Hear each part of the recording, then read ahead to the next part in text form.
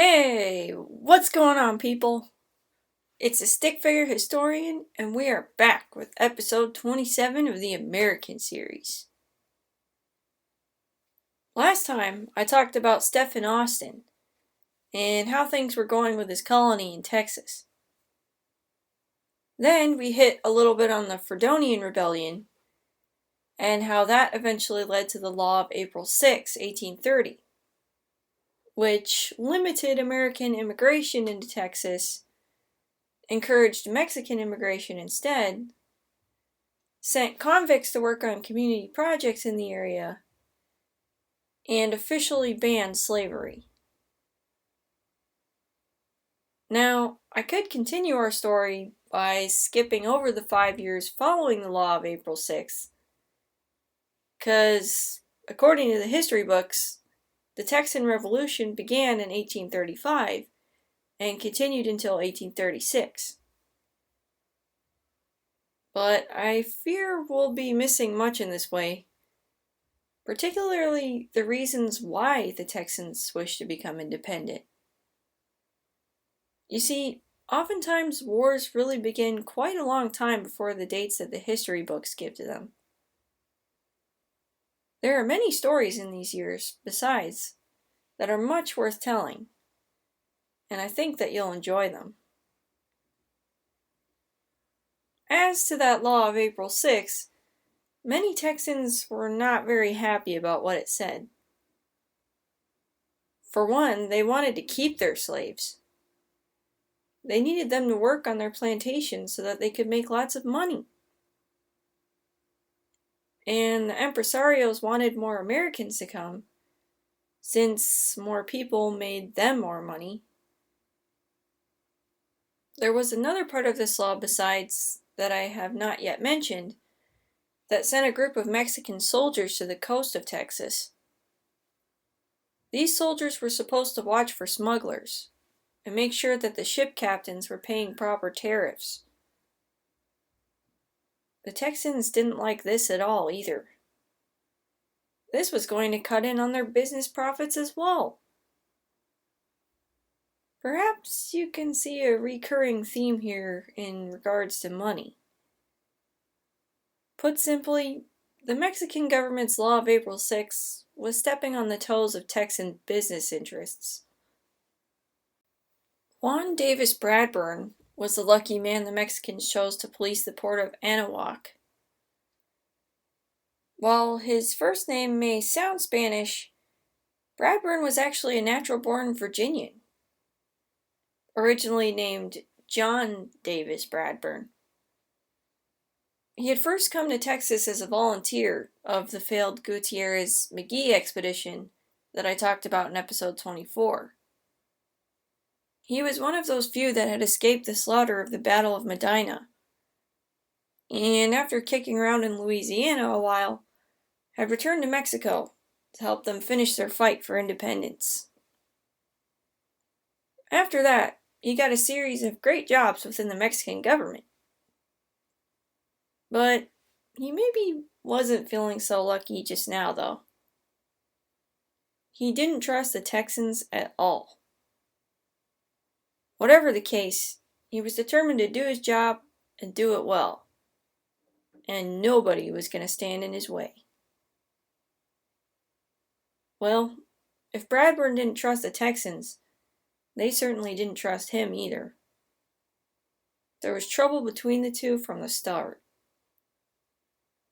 For one thing, many settlers had made their homes entirely too close to the coast, which apparently there was a law against this that they had been ignoring, and Bradburn began trying to kick them out.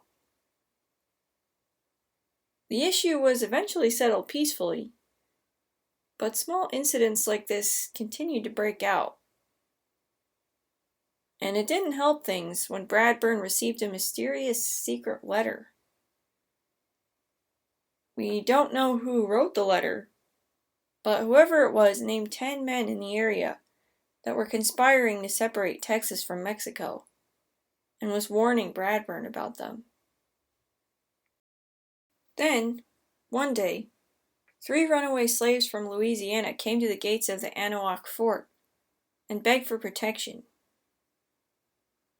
Now, Bradburn had little sympathy for black men. He himself had made a pretty penny off the selling of them back in the days of his youth. But law was law, and as a dutiful servant of Mexico, he gave the 3 slaves shelter. When the owner of the slaves got word of where they had gone, he asked Bradburn to return them. Upon Bradburn's refusal, the owner then proceeded to hire a lawyer, a young man by the name of William Barrett Travis. Travis tried to argue his employer's case, and maybe that is all he really meant to do. In any case, that's not all that happened. It all started when Bradburn got another secret letter.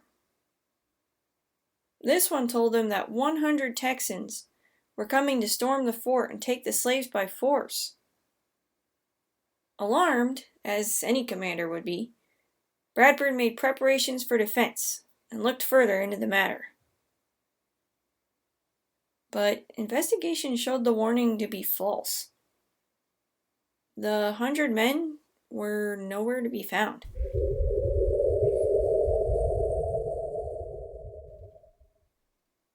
Nonetheless, Bradburn was still rather touchy. For some reason, he decided to lash out at Travis, declaring that he was at the root of this conspiracy. The young lawyer was promptly arrested and clapped into Fort Anahuac's prison for questioning. We don't know what Travis told him in the prison, or if Travis told him anything at all, but Bradburn became thoroughly convinced that he was a revolutionary. He made plans to ship him off to the city of Matamoros for a military trial.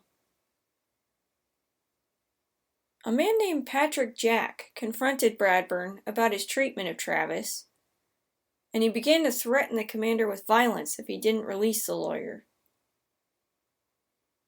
This wasn't the first time Jack had butted heads with Bradburn, and Bradburn was in no mood for another go-round at the moment. He simply took Jack and threw him in prison right along with Travis. Travis was probably glad of the company. He and Jack were about the same age, actually, and equally ambitious. They began making plans to escape. They tried to ship a few letters out to some friends of Jack's in the area, but their plot was discovered when Bradburn got a hold of the letters. It didn't matter anyhow.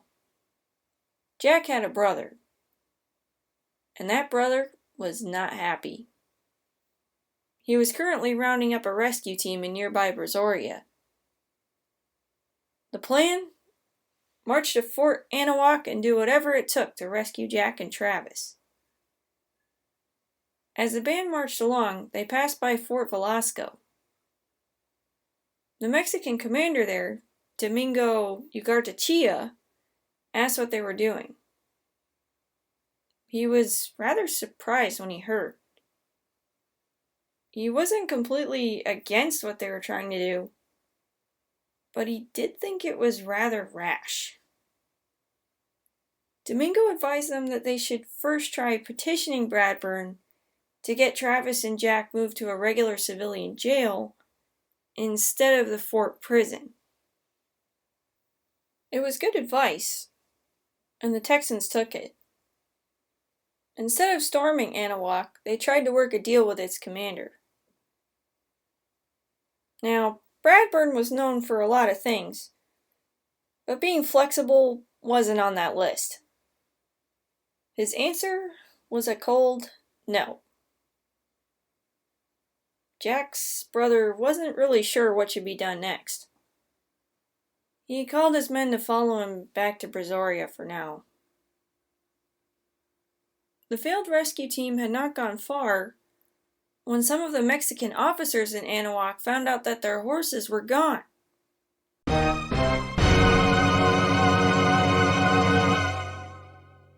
2 local men were quickly arrested as suspected horse thieves and clapped into the fort prison without further investigation.